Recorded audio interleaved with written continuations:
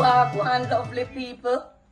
Today, me I go read from Luke 17 from verse 5 to 10.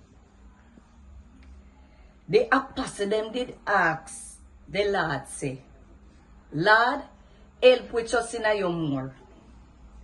Jesus say, if you no faith in me, the little bit, even like a one little seed, you could have said to the big breadfruit tree here, root up yourself on yourself and go plant yourself in the sea.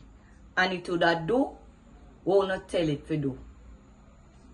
Which one of you would have said to a servant to come back from the field and just look after the sheep?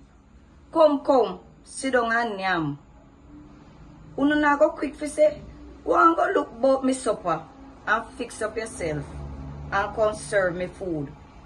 When me done yam and drink, you can yam and drink too.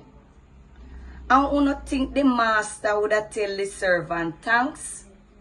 Cause him do what him tell him to do. I see him so. When you not do everything you not supposed to do, you not say, we are humble servant. We not expect no big up or nothing special neither. Cause we humble do what we supposed to do. Ah, God, what this?